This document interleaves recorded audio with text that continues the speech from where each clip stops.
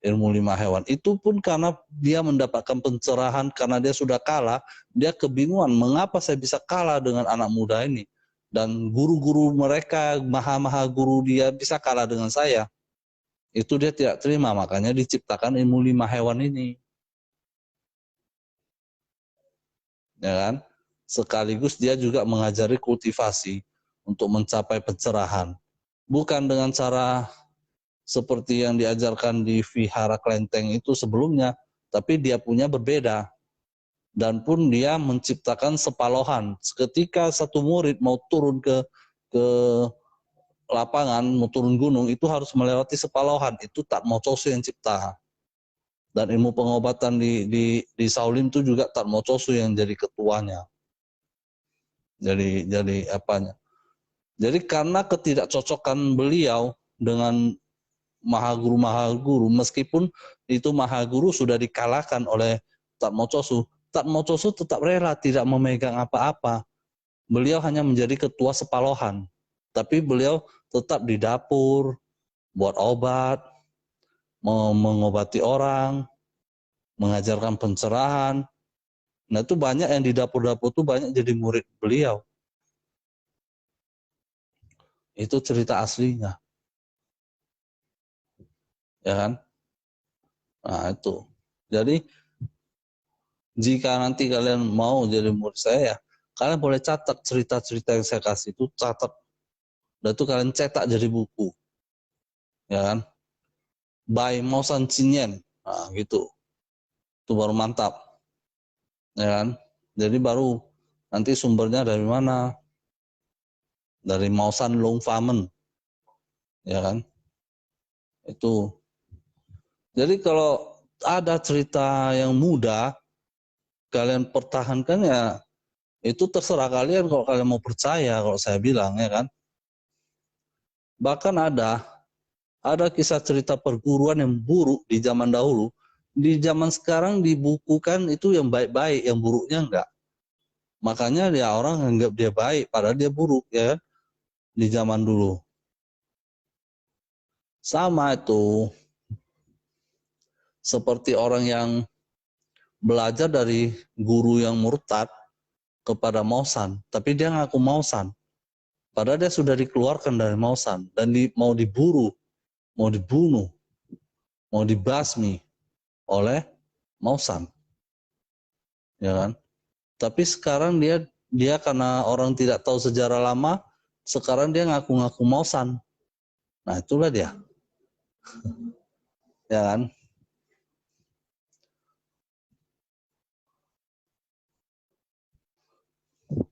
Suhu benar apa tidak? Saya tidak tahu, cuman mau tanya sama Suhu. Benar nggak di Taman Lumbini, tempat lahirnya Sang Buddha, masih ada jejak 7 teratai di sana? Kalau dari berita yang disebar itu katanya masih ada ya jejak 7 teratai itu katanya ya, karena saya belum pernah ke sana lihat sendiri, saya nggak tahu. Itu masih dari katanya ya.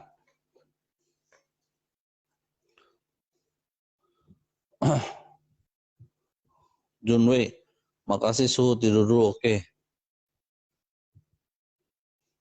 Katanya pelihara kumanto majikannya kayak apa, benar? Tidak semuanya ya, kadang-kadang ada yang balik menyerang pemiliknya juga ada ya. Itu kumanto kan ya roh-roh yang inilah, roh yang apa bebas ya. Tergantung kumantongnya juga. Kalau kumantongnya terbuat dari, kalau bonekanya terbuat dari bahan fiber, plastik, mana mungkin dirasuki. Kalau ada yang bilang bahan fiber itu bisa dirasuki, suruh bawa kemari saya lihat. Kalau nggak ada merasuki, bagaimana? Ya kan?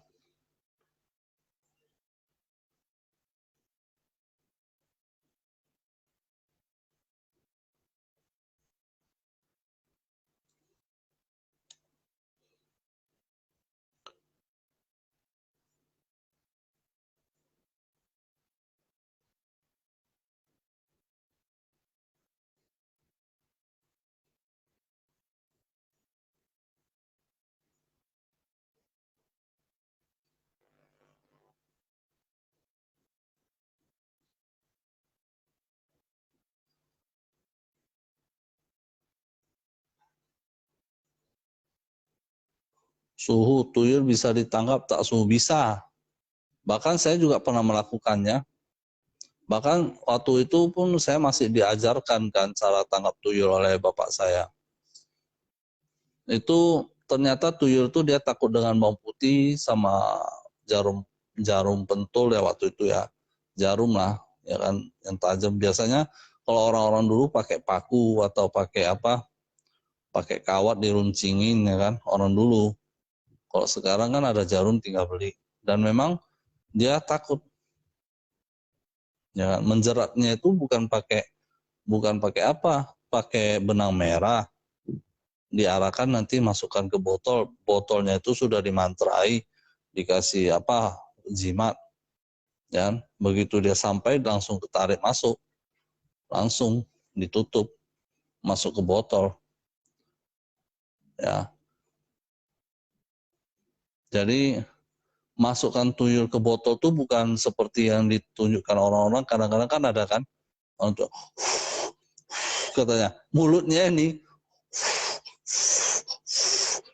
katanya itu pembohongan publik, nggak ada begitu, ya. Itu tuyul itu dia semacam asap, dia tidak kelihatan lah dengan mata telanjang, tapi dengan mata batin bisa dilihat ya seperti asap dia jalan. Memang berbentuk bayi dia berjalan, ya kan. Tuh. Terus kalau kita ambil benang merah yang sudah dimantrai, itu dia tidak bisa keluar dari benang merah itu, dia ikuti benang merah itu aja. Nah itulah diarahkan ke botol. Nah di botol itu dikasih jimat, dikasih mantra. Jadi begitu dia sampai, dia langsung ngisep masuk. Nggak perlu pakai tangan. Nggak perlu begitu. Nggak perlu. Ya. Itu kita bisa lihat itu. Orang itu lakukan itu beneran atau nggak bisa saya lihat. Nggak ada itu. Ya kan? Kalau ada beneran bukan begitu caranya. Ya kan? Caranya ada. Bukan begitu cara memasukkan ke botol.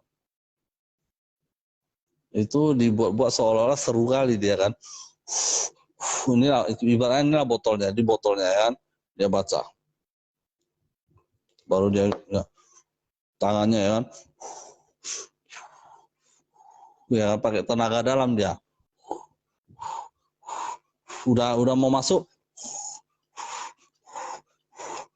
suaranya dari mulut, suaranya dari mulut. Kalian kalau lihat itu bisa ketawa lah, yang lakukan tuh lucu ya kan.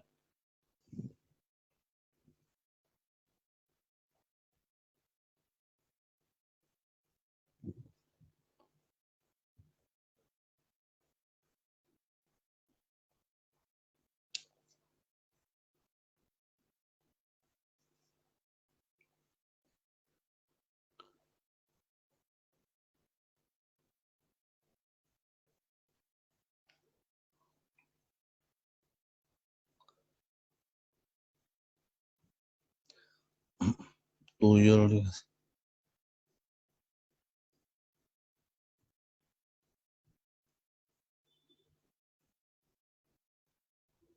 ya.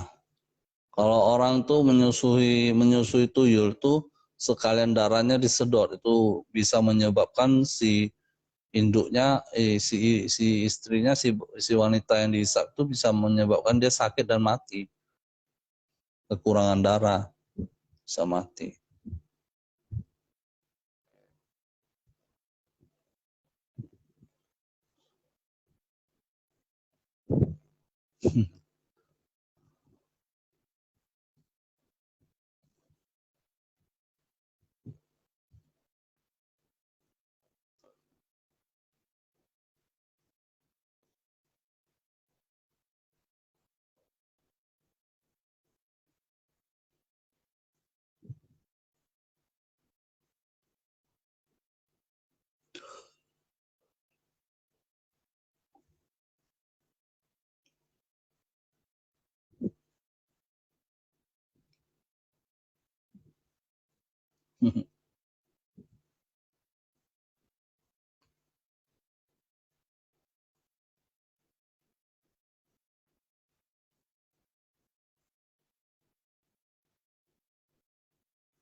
Suhu bahas Tatmochosu tidak sepama sama saya ya Suhu.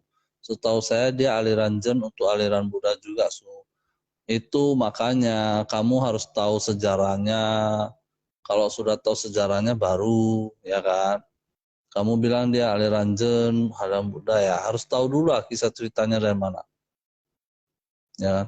Terus utang itu bisa ada itu dari murid Shaolin yang keluar karena mereka belajar dari Tatmochosu dan ilmunya tinggi itu. Dan dia juga belajar kultivasi. Tetapi dia tidak seperti aliran Buddha. Shaolin kan alirannya ke aliran Buddha, ya kan?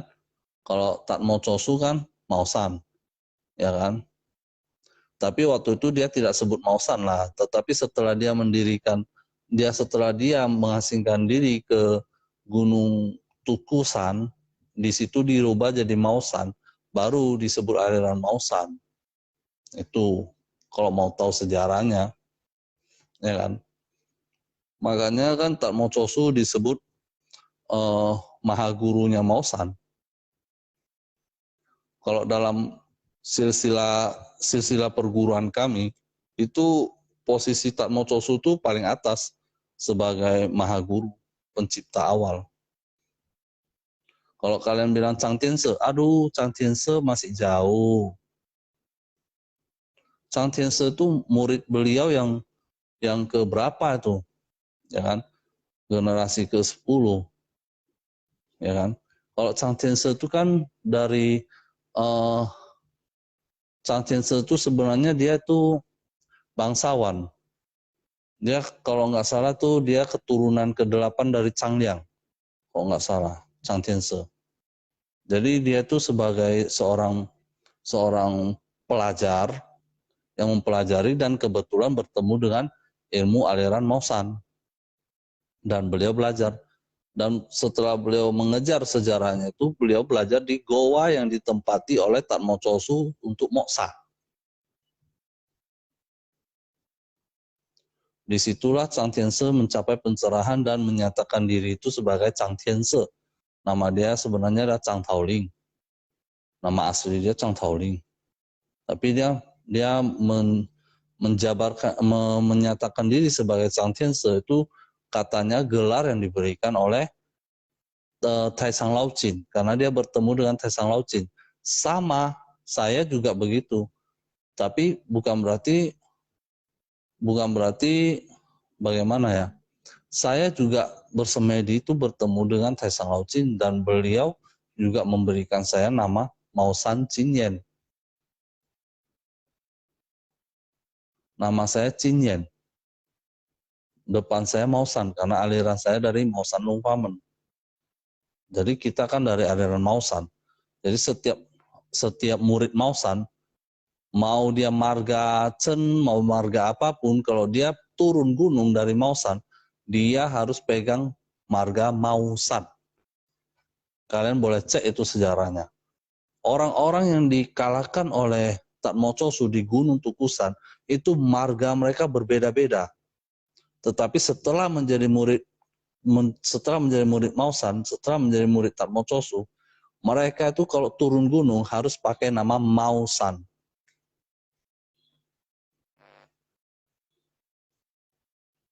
Harus pakai nama Maosan. Dan Maosan asli ya, dan dengan Maosan asli yang lain itu saudara. Tidak ada ribut. Kalau yang ribut itu adalah Maosan yang murtad. Maosan yang murtad itu dia tidak pakai marga Maosan lagi, dia pakai marga keluarga dia sendiri. Kalau saya kan asli Maosan asli, saya pakai marga Maosan lah. Saya ke publik. Ya kan? Pakai marga Maosan. Maulah, ya kan? Maosan Cinyen, ya kan? Nah, itu. Ya.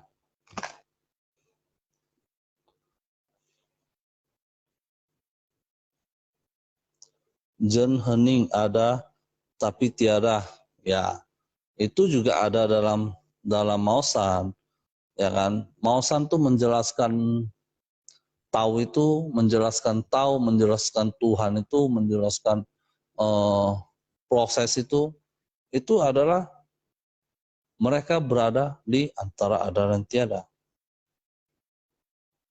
Ya, jadi bisa tahu prosesnya, tapi tidak bisa melihat wujudnya, ya kan?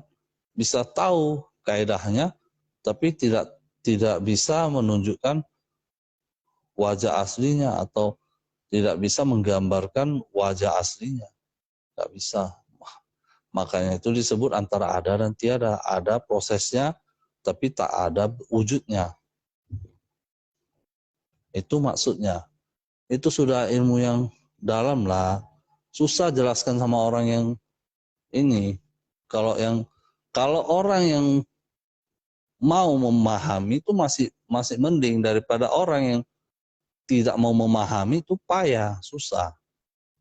Sebaiknya nggak usah dijelaskan, ya kan? Tapi ya mudah-mudahan lah, kalau kalian mau memahami, kalian ikuti, ya mudah-mudahan kalian bisa tahu lah, ya kan?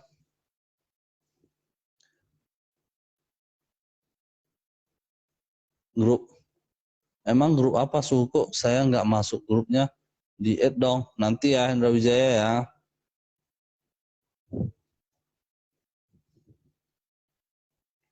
Dedek Yoko ya. Yoko itu kan cerita dalam film ya kan. Tapi yang saya tahu tuh Yangko. Nama pendekarnya sih Yangko.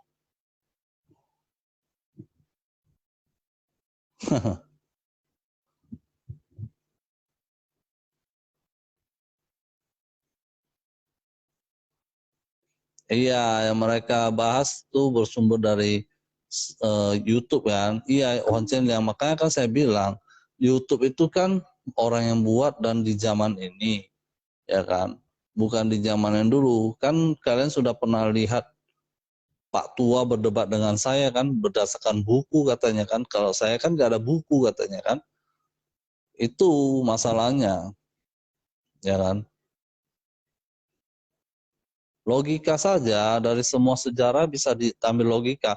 Nggak perlu kalian punya buku, ya kan. Kalian dengarkan yang saya cerita, kalian bisa tahu logikanya. Contoh logikanya begini, ya kan. Waktu Sang Buddha hidup di zaman 623, ya kan. Setelah itu beliau wafat kan. Nah, setelah itu saat beliau wafat tuh tahun 588 tuh muncullah Lao Tzu, ya kan? Lao Tzu, ya kan? Lier, ya kan? Nah, setelah itu 534 muncullah Tatmo Chosu, ya kan? Sekitar itulah kan. Jadi Tatmo Chosu belajarnya dari Taisang Lauku, dari apa? Lao Tzu. Tatmo Chosu belajarnya dari Lao Tzu, ya kan? Tetapi dia belajarnya dari Lao Tzu, tetapi dia juga masuk ke Shaolin dan juga mencoba memahami yang di Shaolin. Jadi dasar dari Tatmo Chosu ini Buddha, ya, Buddha dari India, ya, dasar ilmunya Buddha dari India. Baru beliau masuklah ke Cina dan beliau dikalahkan secara tidak wajar oleh orang Cina dan murid dari perguruan Shaolin itu. Dulunya namanya bukan Shaolin, namanya siapa saya sudah lupa sih. Ada dicatat juga, cuman saya nggak hafal. Jadi perguruan itu di ngamuklah si Tatmo Chosu ini ke perguruan itu kan, karena ada cucu muridnya bisa mengalahkan dia sepasang kekasih. Dia heran, apa benar ilmu dari guru-guru mereka itu hebat? Ditantang semua gurunya. Jadi itu guru-guru itu ditantang satu persatu, kalah semua. Terus semuanya keroyok Tatmo Chosu, kalah juga. Makanya beliau robah namanya jadi Shaolin. Itu sejarahnya. Ya kan? Saat sudah dirubah itulah baru ada sepalohan. Ya kan? Nah, saya jelaskan lagi ya soal sepalohan. Ada orang menggambarkan sepalohan itu sebagai Buddha, Amitabha atau itu sudah salah. Ya, karena bukan itu. Itu salah. Itulah yang tadi orang tadi yang bilang Bodhidharma. Nah, itu yang buat sepalohan jadi Amitabha, jadi Buddha, Julai apa itu orang yang sama. Artinya apa? Artinya kan suka-suka dia buat cerita. Artinya suka-suka dia buat menjabarkan apa? Agama, ya kan? Suka-suka dia tuh. Yang benarnya bukan begitu. Dari mana murid Shaolin Sepalohan tuh ada yang Buddha, ada yang sudah jadi Buddha. Sepalohan tuh jadi Buddha. Milevo itu tahun berapa? Ya kan? Enggak aja itu. Ya, memang Tatmo Chosu merupakan pemimpin dari Sepalohan, maha gurunya dari Sepalohan, karena dia yang bentuk Sepalohan. Ya, tetapi Sepalohan itu bukan terdiri dari Buddha-Buddha. Itu yang harus kalian ketahui.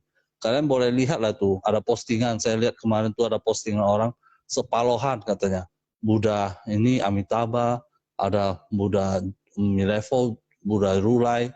Saya lihat aja udah nggak jelas.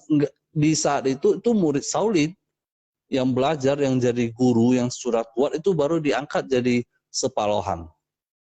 Yang sudah levelnya sudah tinggi baru diangkat jadi Sepalohan. Ya kan?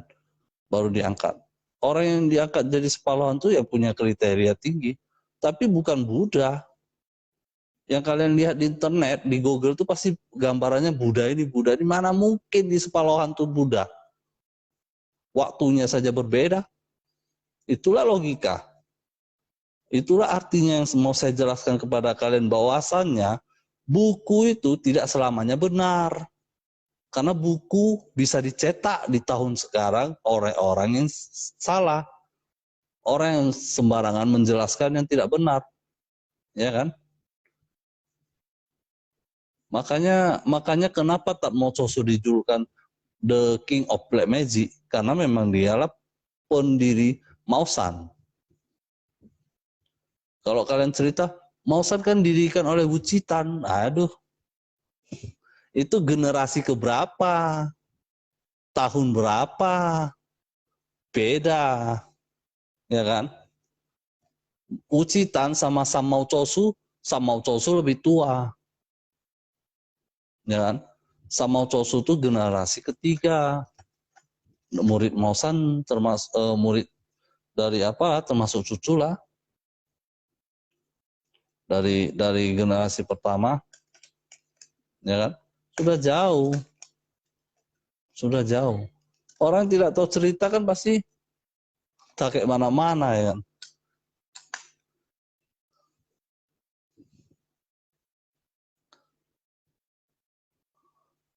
Ini udah jam berapa nih?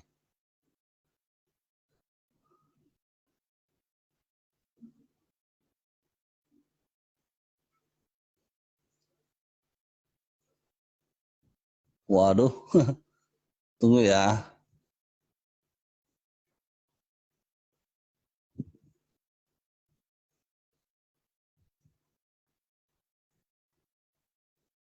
Ilmu paling tinggi dari Zen adalah memahami keadaan roh dalam diri sendiri. Ya, memang kita dalam Maosan kan mempelajari semedi itu yaitu. Tapi ya lebih dalam lagi lah. Kalau mau paham ya jadi murid saya lah. Kalau enggak ya cari guru Maosan yang asli lah. Jangan Maosan abal-abal kalian cari. Nggak jelas nanti.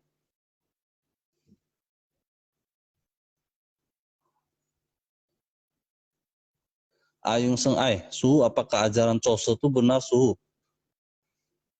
Ya, ajaran Choso itu benar tidak itu tergantung orang yang melakukannya. Ilmu itu dijabarkan, kita lah yang memilih, ya kan? Ada juga orang yang belajar agama Buddha tapi jadi jahat pun ada, ya kan? Tapi bukan berarti agamanya yang salah, bukan berarti agamanya yang mengajarkan jahat, bukan. Orangnya yang salah memahami, orangnya yang salah melakukannya. Jadi kalau agamanya itu ya mengajarkan baik, sama seperti aliran Mausan juga mengajarkan yang baik. Karena orang sudah bisa punya ilmu ya bisa macam-macam ya dia melenceng, itu salah sendiri. Itu artinya orangnya kurang bijaksana. Makanya saya kasih syaratnya, kalau kalian ingin belajar ilmu Mausan, kalian harus makan tai kebo dulu. Nggak mau, jangan. Nggak berani, jangan. Nggak niat, jangan. Bau, jangan. Ya kan? Harus kalian pahami, hanya orang-orang yang memiliki kebijaksanaan dengan niat tekad yang kuat baru bisa belajar Mausan. Karena ilmu ini tidak sembarangan diajarkan ke orang-orang. Apalagi orang-orang yang tidak bisa menahan diri, orang-orang yang tidak bisa berkultivasi.